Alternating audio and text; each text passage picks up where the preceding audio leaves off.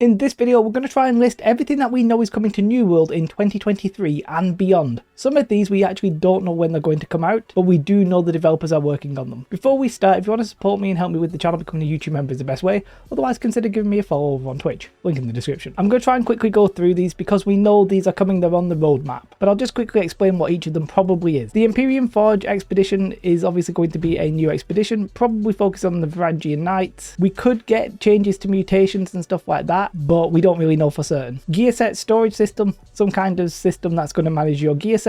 We need it, obviously. Springtide Bloom event is going to be a spring event. We just don't know what the details are yet. Main story quest improvements, that is basically relating to Brightwood and Weaver's Fen getting massive overhauls. In summer 2023, we're getting transmog, we're getting raid groups, which is the ability to make a group up to 20 people in size. We're getting the Sandworm Elite Trial, which will be a 20-man dungeon. Crossworld Outpost Rush is coming in summer, and the Summer Medley for probably with some changes, otherwise I'm not sure why it's on this list. As well as that, we'll get some extra Heartrune gems, probably from the new dungeon, for example. Quality of life improvements are a bit vague, so we don't really know about it, and cinematics is basically just how they're going to tell the story. But what about the things that aren't on this list? So I'm not necessarily going to cite my source here because that would make the video a little bit too long, but generally these will have been things that they've said either on the Q&As, the dev updates, or in interviews somewhere. Now there's two things that we know are coming that aren't on the roadmap, and they're actually going to be coming relatively soon, and those two are leaderboards and the PvP influence changes. So leaderboards, we had a taste of them on the PTR last year in November, but then they were postponed. Not 100% sure what changes they will be making there, but they're obviously planning something. And the PvP influence,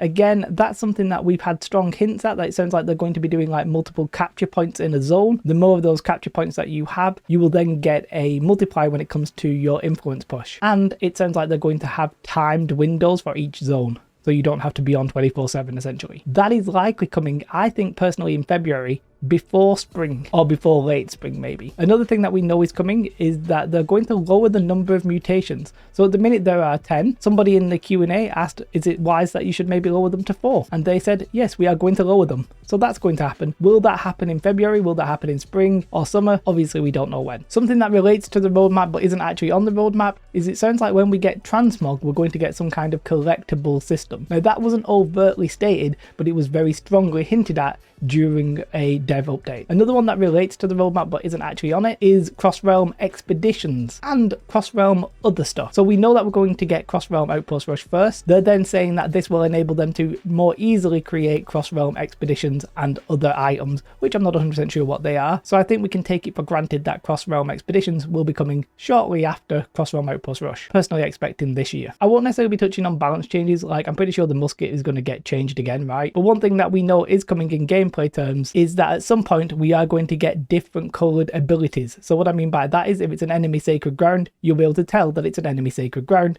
rather than just all looking the same. We know the devs are working on that. We don't know when that's coming. On to some wider things that we do know are coming. A big one is going to include mounts. They spoke before the game even came out that at some point they would probably add mounts, and they've said it more recently in some dev updates. It's very likely that we'll get mounts when they expand the map. When we get new zones, we'll get mounts. And you can pretty much bet your bottom dollar that we are going to get more zones. That's almost inevitable, whether or not it's a paid expansion or an update like Brimstone Sands. Another thing that we know is coming, but we don't know when, will be a barbershop. So Scott Lane in the dev update said he can't really imagine an MMO not having a barbershop at some point where you can actually customize your appearance. No dates or indication when that might happen, but it's pretty inevitable that that will come as well. A couple of months back, Scott also said that they were going to try and concentrate a little bit on solo content. Now, that's a little bit vague because we don't actually know what that entails. My personal expectation there is that we might end up getting like solo trials or effectively solo expeditions or solo dungeons. That wasn't necessarily stated, but we are going to get more solo play, and I think for a lot of people that will be good news. Now, one thing we don't actually know what it will entail, and perhaps this is because it is still in work in progress, is that it sounds like at some point we will get a conquest reset. This is something that keeps cropping up in interviews, but they've never actually like really directly formally told us what we will get, but it sounds like they really like the idea of resetting the world and letting people get the zones again. How that will work, I don't really know. Maybe it will tie into the leaderboard system. Again, details on that one a little bit sketchy, so who knows what exactly that will be. Now, one thing we do know is coming, but again, we don't know what it's going to be, is we know we're going to get some big content that is planned once a year. So a little bit like Brimstone, but we're going to try and get that every year. Now, that might actually get delayed, so we can't guarantee it being every year, but they are planning something at the end of 2023. We don't know what it is. They did say that they will share details with us in summer, basically. I am personally expecting that that will be an expansion. Now, we do know that paid expansions are probably coming. Before the game came out, they were quite clear in saying that the game would probably follow a Guild Wars 2 sales model, where you would just buy the game and then buy the expansion. However, this got a little bit mixed because I think in one of the very first dev updates, I think they implied that all the patches would be free, but I'm pretty sure they were just talking about like normal content, like the Void Gauntlet and stuff like that. I don't think they were saying there are no expansions coming or ever planned. Now, I know other people say I won't pay for it because I've not had my value.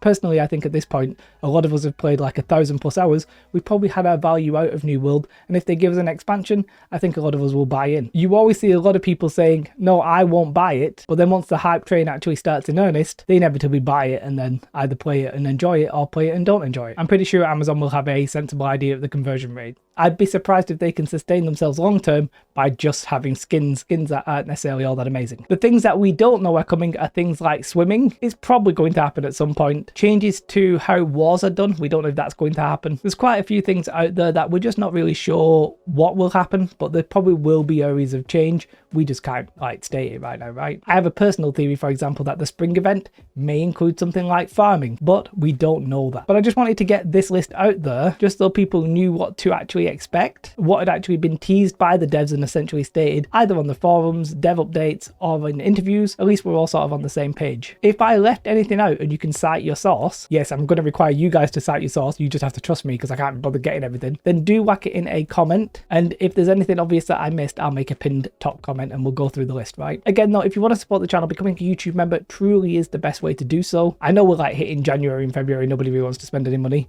That's completely okay. Only do so if it's something you can do and you're not going to feel the loss, right? Otherwise, you should definitely come over and follow me on Twitch. I occasionally stream and we have fun. What you should definitely do is have a most beautiful day, like and subscribe. Goodbye.